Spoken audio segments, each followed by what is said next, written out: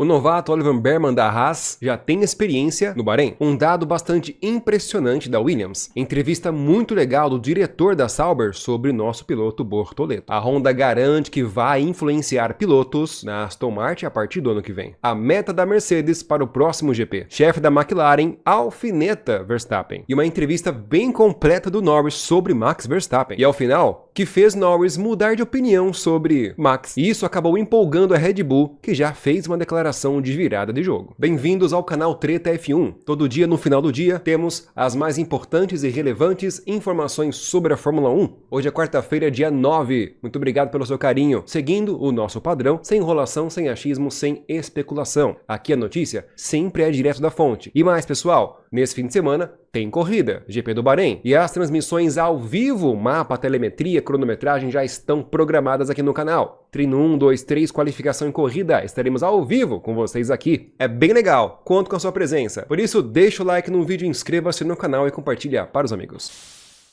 Um dos novatos mais promissores deste ano na Fórmula 1 é, com certeza, o Oliver Bearman, que assim como o Bortoleto disse ontem, Bearman disse que está empolgado para o GP do Bahrein. Bearman, que foi o destaque da Haas no GP do Japão, destacou que Bahrein é muito especial para ele, pois é a casa da Fórmula 1. Ele treinou muito lá e foi onde também ele conseguiu o primeiro pódio em 2020, em categorias de base. Ele gosta muito da pista e as características do circuito são muito boas para ele. Bearman é o atual 12º colocado na classificação geral com 5 pontos. Na primeira corrida ele ficou em 14º, na segunda em 8º e agora na terceira no Japão em 10º colocado. Nada mal para um novato, ainda mais na equipe Haas, que é uma das piores. E ele, muito astuto, fez uma crítica técnica sobre o circuito, que contrasta com o circuito de Suzuka. Bearman disse que a degradação dos pneus no Bahrein é muito alta, todos sabem muito bem disso, o que é um teste para todos os pilotos, novatos principalmente. E também por causa do calor, é muito quente lá.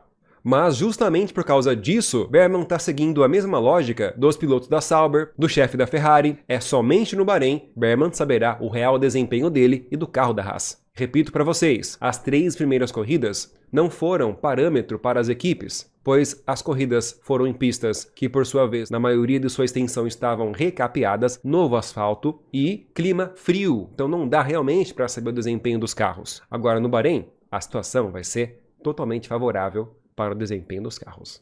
Vai ser legal! E estaremos ao vivo aqui acompanhando.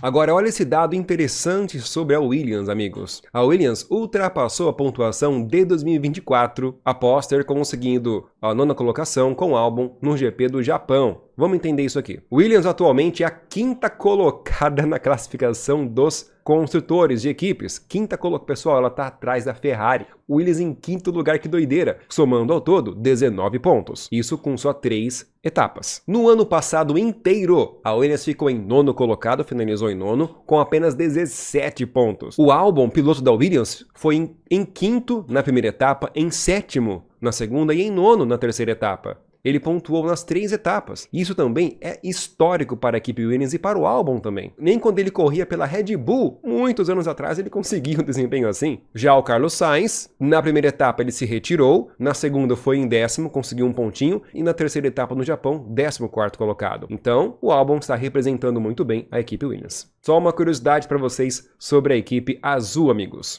Curtiram? Comenta aí.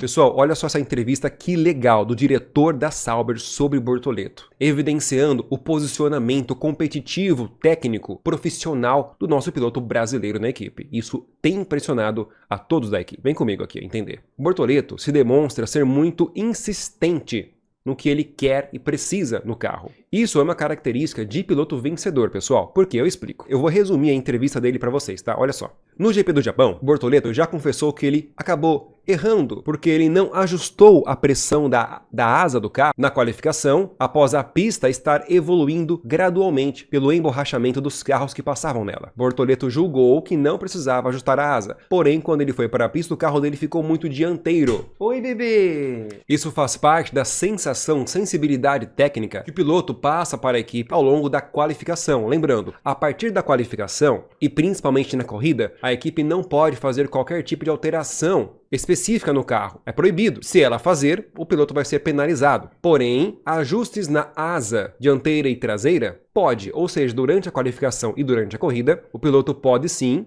pedir para a equipe colocar mais downforce, mais força aerodinâmica na asa dianteira ou na traseira. É um ajuste rápido que a equipe faz mecanicamente, fazendo alguns ajustes. Inclusive, ainda sobre Bortoleto, comparando com Max Verstappen, foi justamente esta característica técnica que diferenciou Verstappen durante a qualificação e também durante a corrida. Ninguém esperava Verstappen fazer a pole, certo? Porém, na última tentativa de volta rápida, ele saiu do pit stop com o carro ligeiramente ajustado. E também durante a corrida, aqui que vem o ponto mais diferencial, durante a corrida, Verstappen pediu no seu único pit stop para a equipe ajustar o downforce das asas dianteiras. E a equipe assim o fez, porém não deu tantos giros como o Verstappen pediu. Ele imediatamente sentiu isso no carro e reclamou com a equipe. Mas o resultado sabemos que foi positivo. Mas é este o feeling que caracteriza a boa condução do Verstappen e que o Bortoleto também tem, mas ainda não está tão refinado. Contudo, a equipe mesmo assim exalta esta atitude do Bortoleto, pois ele sabe o que quer, sabe o que o carro precisa para ele entregar mais desempenho. Então, o diretor da equipe fala que o Bortoleto diz: eu preciso disso pro carro, mas de uma forma muito simpática,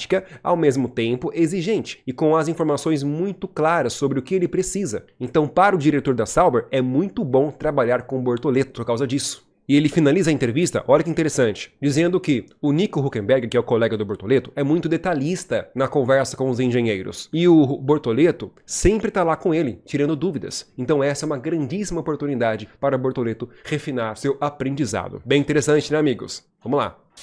Agora atenção aqui, pessoal, a Honda disse claramente que vai influenciar na decisão de pilotos da Aston Martin a partir de 2026. A partir de 2026 a Honda vai fornecer motores para a Aston Martin. Atualmente ela fornece motores para a Red Bull, uma parceria que está sendo findada. 2026 vai ser para a Aston Martin. Atualmente, a Aston Martin utiliza motores de transmissão da Mercedes. E a Honda, pessoal, já teve influência para a decisão da escolha de Tsunoda, mas isso há muitos anos atrás. Honda é japonesa, Tsunoda também é japonês. Inclusive, a Honda fez um grande lobby, aumentou seu patrocínio para a equipe Red Bull após, ou antes, ninguém sabe, né? O Tsunoda seria escolhido como piloto titular da equipe na semana retrasada. Vai vendo. Então, o diretor da Honda Motorsport disse que eles vão expressar as opiniões da Honda na decisão de pilotos a partir de 2026 e além. Mas, obviamente, que a equipe vai ter a palavra final. Porém, a Honda vai influenciar sim. Isso é interessante, pois, tempos atrás, os acionistas da Aston Martin fizeram pressão na Aston Martin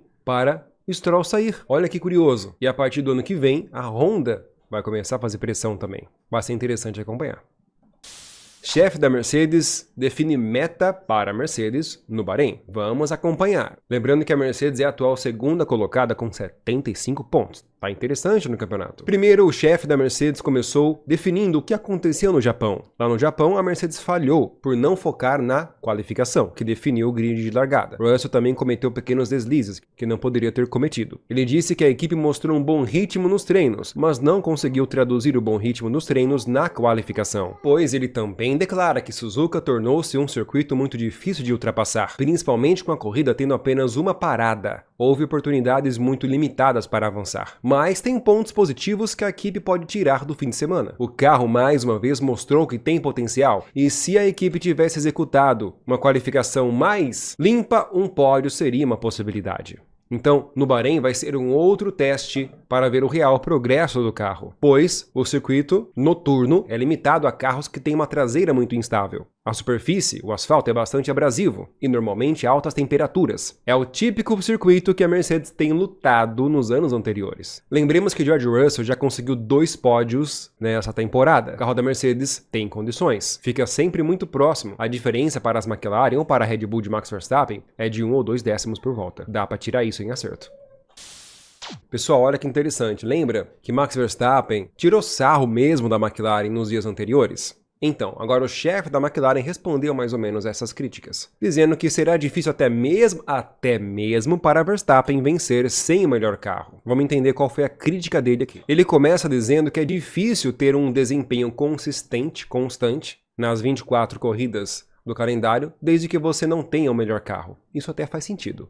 Mas ele continua. Ele também ressalta que ele acha que Max Verstappen está, de alguma forma, fazendo toda a diferença no momento. Eu vou resumir um pouco da entrevista dele, tá, pessoal, porque foi bem sucinta. Ele também ressaltou que, por enquanto, a Fórmula 1 está em fase de transição. Não dá para saber qual equipe é a melhor, qual carro é de fato o melhor. Claro, dito isso, ele não está se referindo à McLaren, pois ele ressaltou que ele ainda acha que a McLaren tem o melhor carro do grid. Porém, muita coisa ainda não está bem definida. Por exemplo, ele citou o bom desempenho que a Mercedes mostrou com o Russell no Japão, mesmo o Russell chegando em 5º colocado. E no final da entrevista, ele também fala... Pai, Oi. não tá sempre da mesma. É mesmo? E ao final ele também pontuou que ele espera que a McLaren possa demonstrar todo o desempenho do carro dela no Bahrein, por causa da pista ser muito boa, as condições climáticas serem favoráveis e a degradação dos pneus serem altas no circuito. Então a McLaren é outra equipe que espera ter um boom no potencial do seu carro no GP do Bahrein. E não só ela, né? A Ferrari também, que está até agora vivendo um dilema sobre isso, como trouxe para vocês no vídeo de ontem. E agora, pessoal, tem uma entrevista muito intrigante do Norris falando sobre o Max Verstappen, abertamente. Olha que legal. E durante esta entrevista do Norris, ele cita algo bem interessante. Ó, Ferrari, Mercedes, Sauber, Haas, McLaren estão falando que esperam aumentar o desempenho do carro no GP do Bahrein, certo? Mas e a Red Bull? Esqueceram dela? Tem fogo nesse parquinho, já já eu explico pra vocês, vou chegar lá. Ó, uma entrevista bem sincera do Norris e vale a pena trazer pra vocês. Pois perguntaram para ele se ele está surpreso com o desempenho do Max Verstappen no GP do Japão. E foi bem crítico na resposta, viu? Dizendo que a imprensa espera que eu diga sim, que eu fale que eu estou surpreso com o Max Verstappen. Mas eu não tenho motivos para isso. E também nunca fiz isso. Porém, eu respeito muito o Max Verstappen. Segundo as palavras do Norris, ele acredita que há aqueles momentos em que o piloto está altamente conectado com o carro, interpretando bem as condições de pistas, adaptando ao carro. E foi o que de fato aconteceu com o Max Verstappen. E Max Verstappen teve um pouco desse vislumbre no GP do Japão. Norris sabe que ele é bom e não precisa que ninguém diga isso para ele. Ele não precisa que ninguém o lembre do que Max Verstappen é capaz de fazer. E aqui eu puxo um adendo sobre a entrevista de anteontem, aliás, logo após a corrida, onde Norris disse que Max Verstappen é a última pessoa que ele esperava dar espaço para ele. Por esse motivo, Norris foi cortar grama na saída do pit stop. E por esse motivo, nada... Não pode apertar o teclado, Bela, não pode. É só aqui a cadeira. E por esse motivo, nada do que acontece na pista ou na disputa é inesperado para Norris. E no ponto final da entrevista dele, aí que mora a parte mais polêmica, pois ele disse que ele acredita que ainda ele terá algumas corridas emocionantes com Max Verstappen, nas quais estarão lutando em pé de igualdade. Às vezes Max na frente, às vezes Norris na frente. Porém, isso aqui, pessoal, vai totalmente de encontro com a declaração do Norris antes do GP do Japão, dizendo que a única preocupação, um pouco de preocupação do Norris para o Japão seria o Russell, e que Max Verstappen estaria muito distante dele. Ora, as coisas ocorreram totalmente ao contrário. Max venceu categoricamente, sem dar chance de ultrapassagem para Norris, considerando as condições péssimas da pista. Agora, após a corrida, o argumento de Norris mudou completamente. Olha que interessante. Diz aí, qual a sua opinião... que foi? Diz aí, qual a sua opinião sobre isso? Porque ainda tem mais. Se liga só na próxima reportagem. Em outra entrevista, Norris fala que as curvas de baixa velocidade do Bahrein vão jogar a favor da força da Red Bull sobre a McLaren. Eita, meus amigos, agora o Norris está dizendo que a Red Bull vai estar mais forte que eles na próxima corrida. Tá interessante acompanhar isso, hein? Vejamos. Ele diz que a fraqueza da McLaren é curvas de baixa velocidade, e no Bahrein tem bastante. Então, claramente, Red Bull vai ser rápida lá. E Norris já sente que tanto ele quanto o Piastri já tiramos muito do carro na qualificação lá no GP do Japão. Porém, se analisarmos setor a setor, o tempo teórico, a McLaren estava 2 a 3 décimos mais rápido que Max Verstappen. Fato esse que eu já analisei e postei aqui no canal, nas nossas análises técnicas. E por esse motivo, Norris ressalta que o Max Verstappen está fazendo um bom trabalho na equipe Red Bull. E aí ele faz uma comparação. Se você olhar para a Austrália, a primeira etapa, Max estava lutando por uma vitória contra a McLaren. Mas na China, o Max não teve nem chance, ficou muito para trás. Agora, no Japão, ele venceu. E por esse motivo, agora Norris espera que Max desafie a McLaren em todas as corridas. Mas ele aponta que ainda em curvas de alta velocidade ou em circuitos que têm essa característica, a McLaren é um carro muito forte. Definitivamente o carro mais forte que existe nessas condições. Interessante, hein? Mas em curvas de baixa velocidade, McLaren está bem atrás da Red Bull. Interessante! Talvez Norris esteja enxergando alguma coisa que nós ainda não estamos, que nós ainda não estamos nem considerando. Eu explico para vocês. A Red Bull não tá parada. E o povo esqueceu que a Red Bull já trouxe atualizações significativas para o carro lá no Japão. Atualizações as quais eu já expliquei para vocês aqui na semana passada. Mudança na traseira do carro, inclusive. Então a Red Bull vem atualizando o seu carro e o Verstappen ajudando muito a equipe nesse sentido. E a Red Bull espera uma virada de chave já no GP da Espanha. Segundo a Red Bull, é a partir do GP da Espanha que a equipe será a melhor equipe do grid, ou terá o melhor carro do grid disparado novamente. Pessoal, o GP da Espanha é só o 9º GP. Ainda tem Bahrein, Arábia Saudita, Miami, Emília-Romanha, Mônaco e depois Espanha. Vai demorar bastante, mas é assim que a Red Bull está se programando. Então Ferrari tem muita coisa para melhorar no carro, a Mercedes também dá para melhorar, a McLaren já está muito boa, talvez não dê para otimizar tanto, mas a Red Bull não está parada não. E o chefe da equipe, Christian Horner, confirma que ainda tem muita coisa para melhorar no carro e a equipe está trabalhando atualmente focando no gerenciamento dos pneus, pois por causa deles falta um pouco de ritmo para a equipe. Então o foco é ajustar esse desgaste de pneu para elevar o carro ao limite de forma constante. Mas a aposta do Christian Horner, pessoal, da Red Bull é a seguinte: por que a 9ª etapa? Porque somente a partir do GP da Espanha? Porque lá haverá mudanças no regulamento, muito específicas justamente para combater as famosas asas flexíveis e outras partes polêmicas que têm dado dor de cabeça para a FIA ano passado e neste ano também. E ele pontua: há grandes mudanças de regulamento previstas para a 9ª etapa do campeonato. Como isso vai impactar o equilíbrio das forças? Em 6 corridas, saberemos. A Red Bull está se adiantando para essas novas mudanças de regulamento a partir da 9ª etapa. Pega a visão, pessoal, ninguém está falando sobre isso. Vem coisa por aí e vamos estar acompanhando. Por isso, deixa o like nesse vídeo, inscreva-se no canal e compartilha para os amigos. Somos quase 82 mil inscritos. Obrigado pelo carinho. Cobertura interativa da Fórmula 1 é só aqui. Forte abraço.